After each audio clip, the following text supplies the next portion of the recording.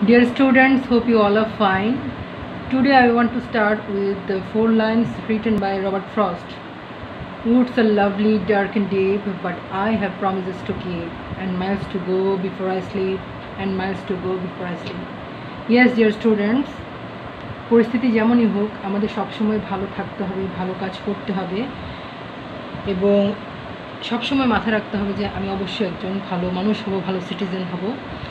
আমরা changing sentence পড়ছিলাম, তারই ধারাবাহিকতায় আজকে আমরা আমাদের দ্বিতীয় ক্লাসে রুল 5-এ যাচ্ছি। এখানে দেখতে পাচ্ছি আমরা সিম্পল, কমপ্লেক্স আর কম্পাউন্ডে চেঞ্জ করার ক্ষেত্রে 3টা জিনিস দেখতে হবে। সিম্পলে যেটা উইদাউট থাকবে সেটা কমপ্লেক্সে গিয়ে ইফ অথবা ইন কেস হতে পারে, আবার কম্পাউন্ডে গিয়ে সেটাতে অর হয়। সিম্পল সেন্টেন্স দেখতে পাই without reading you will fail.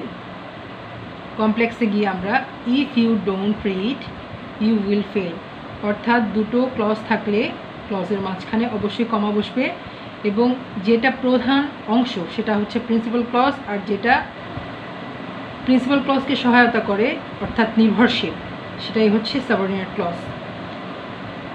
Compound সেন্টেন্সে দেখতে পাচ্ছি read or you will fail, অর্থাৎ আমাকে মনে রাখতে হবে সিম্পল সেন্টেন্স যদি উইদাউট বসে সেটা কমপ্লেক্সে গিয়ে ইফ এবং ইফ অথবা ইন কেস, আর কম্পাউন্ডে গিয়ে সেটা হয়ে যাবে অর।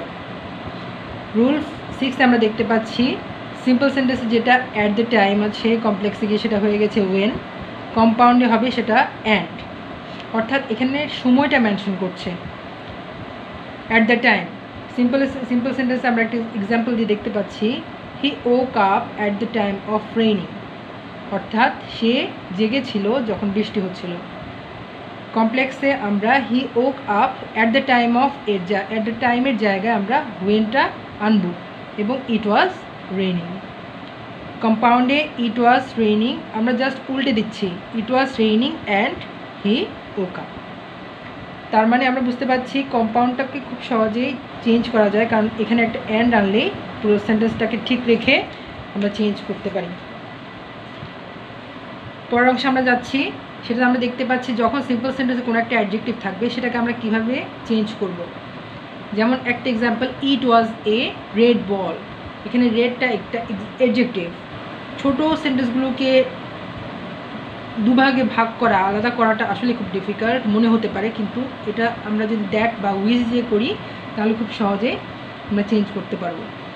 যেমন সিম্পলে যেটা আছে ইট ওয়াজ এ রেড বল, কমপ্লেক্সে হবে it was a ball that বা উইচ ওয়াজ রেড, এটা একটা বল যেটা লাল। কম্পাউন্ডে হয়ে যাবে it was a ball and it was red, আমরা অ্যান্ড দিয়ে যুক্ত করে এটার আরেকটা বর্ণনা দিচ্ছি ইট ওয়াজ রেড। এখন আমরা চলে যাচ্ছি অ্যাফার্মেটিভ টু নেগেটিভ কীভাবে করতে হবে। যদি অনলি থাকে সেক্ষেত্রে আমরা নান বাট অথবা নাথিং বাট অথবা নট মোর দ্যান বা লেস দ্যান দিয়ে সেন্টেন্সটাকে চেঞ্জ করব। নান বাট হচ্ছে নো ওয়ান বাট, অর্থাৎ এটা হচ্ছে পার্সনের ক্ষেত্রে, কোনো ব্যক্তির ক্ষেত্রে যদি বোঝানো হয় সেখানে নান বাট বসবে, আর কোনো অবজেক্ট কোনো বস্তু যদি হয় সেক্ষেত্রে নাথিং বাট বসবে, আর কোনো একটা সংখ্যা নাম্বার যদি বোঝায় সেক্ষেত্রে আমাদেরকে নট মোর দেন বা নট লেস দেন বসাতে হবে। অ্যাফার্মেটিভ সেন্টেন্স যদি হয় only Shamim can pass this exam, যেহেতু শামিম এখানে ব্যক্তি তাহলে এখানে বসবে নান বাট শামিম, বাকি অংশটা বসে যাবে ক্যান পাস দিস এক্সাম। অ্যাফার্মেটিভে যদি থাকে only money can solve your problem, মানিটা যেহেতু বস্তু এখানে বসবে নাথিং বাট, তাহলে নেগেটিভে বসবে কি নাথিং বাট, বাকি অংশটা বসে যাবে মানি can solve your problem. Affirmative sentence যদি থাকে he is only 4 years old, এখানে যেহেতু নাম্বার বা একটা সংখ্যা মেনশন করেছে এখানে আমরা নট মোর দেন বা লেস দেন ইউজ করতে পারি, তাহলে নেগেটিভে বসবে he is not more than 4 years old। তারপর আমরা চলে যাচ্ছি পরের রুলে, যেখানে বলা হচ্ছে মাস্ট যদি থাকে সেক্ষেত্রে আমরা ক্যান নট বাট বা ক্যান নট হেল্প এ দুটো ফ্রেজ ইউজ করে সেন্টেন্সটাকে নেগেটিভ করতে পারি। তাহলে অ্যাফার্মেটিভে একটা সেন্টেন্স আছে I must do well in the exam, আর এটা যদি আমি ক্যান নট বাট দিয়ে করি তাহলে হবে I cannot but do well in the exam. Same সেন্টেন্সটাকে যদি আমরা ক্যান নট হেল্প দিয়ে করতে যাই তাহলে হেল্পের পরে জাস্ট যে শব্দটা আছে ডু, এর সাথে আইএনজি যুক্ত করব। তার মানে I can not help doing well in the exam. পরবর্তী রুলে যাচ্ছি, সেটা হচ্ছে যদি এভরি থাকে, এভরি থাকলে নেগেটিভ করতে হলে সেখানে আমরা দেয়ার ইজ নো বাট, অর্থাৎ যে সাবজেক্টটা থাকবে সেটা এই অংশে আমরা বসাবো।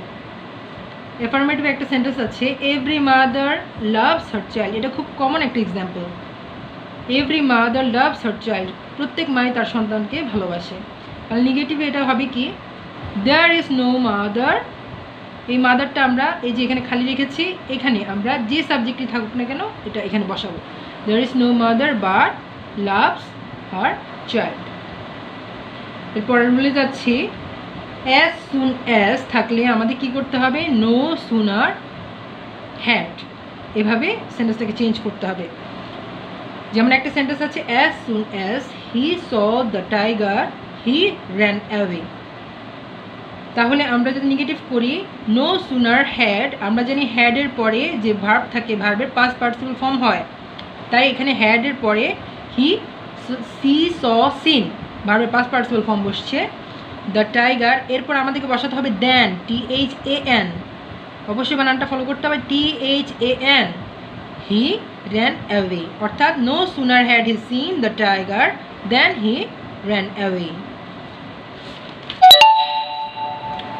পরবর্তী রুলে যাচ্ছি, যেখানে বলা হচ্ছে যদি কোনো অ্যাডজেক্টিভ থাকে যেটাকে আমরা সরাসরি অপোজিটে নিয়ে গিয়ে বা নট দিয়ে অপোজিট করে আমরা সেন্টেন্সটাকে নেগেটিভ করতে পারি। যেমন Sania is a good singer, negative করতে হলে আমরা সেন্টেন্সটাকে একই রেখে করতে পারি, Sania is not a bad singer. এখানে গুডের অপোজিটটাকে নিয়ে এসছি, আর এখানে প্রথমে নট ইউজ করে আমরা পুরো সেন্টেন্সটাকে একই সেন্সে নিয়ে আসলাম। রুল 13, এখানে দেখতে পাচ্ছি অলওয়েজ থাকলে অলওয়েজের পরে নেভার আর তার সাথে নেগেটিভ করে সেন্টেন্সটাকে নেগেটিভ করতে হয়। অ্যাফার্মেটিভ সেন্টেন্সে আছে হি ইজ অলওয়েজ লেট, নেগেটিভে আমরা করব he is never on time, লেটের অপোজিটে এখানে আনলাম অন টাইম। এভাবেই আমরা সেন্টেন্সটাকে একই সেন্সে রেখে চেঞ্জ করতে পারি। তাহলে ডিয়ার স্টুডেন্টস, আজ এই পর্যন্তই। Do good and be good. সবাই ভালো থাকবে। All the best.